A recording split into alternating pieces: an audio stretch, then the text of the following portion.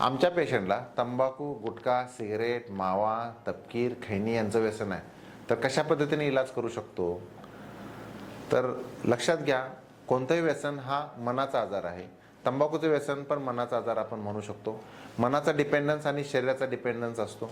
मन म्हणतं जेव्हा आपण तंबाखू सोडूया तेव्हा शरीर मागायला लागतं. म्हणजे सकाळी शौचास होत नाही, चिडचिड होते. शरीराने जेव्हा ठरवलं की मी तंबाखू सोडतो तेव्हा मनाची इच्छा असते की एकदा खाऊन बघायला काय हरकत आहे. त्यामुळे मन आणि शरीर यांचा रोल हा महत्त्वाचा असतो. तुझी शपथ, आईची शपथ, देवाची शपथ, पंढरपूरची माळ घातली किंवा काहीतरी इमोशनल काहीतरी ब्लॅकमेल केलं तर सुटेल असं वाटतं, पण याच्यामध्ये शक्यता कमी असते. औषधोपचार हाच पर्याय असतो. ह्याच्यामध्ये औषधं तंबाखू बंद झाल्यानंतर त्रास होऊ नये म्हणून औषधं असतात. तंबाखूची इच्छा होऊ नये म्हणून औषधं असतात. काही वेळा व्यसनामध्ये अशी औषधं आपण सुरू करतो की त्यावर जर व्यसन केलं तर त्या पेशंटला रिॲक्शन होत असते. पण लक्षात घ्या, रिॲक्शन होणाऱ्या औषध ही तंबाखूसाठी नाही आहे. रिॲक्शन होणाऱ्या गोळ्या फक्त दारूसाठी असतात. आणि चौथा ग्रुप असतो तो काही पेशंटना मनाचा आजार असतो. म्हणजे टेन्शन असेल किंवा मूड डिसऑर्डर असेल तर याची पण औषधं असतात.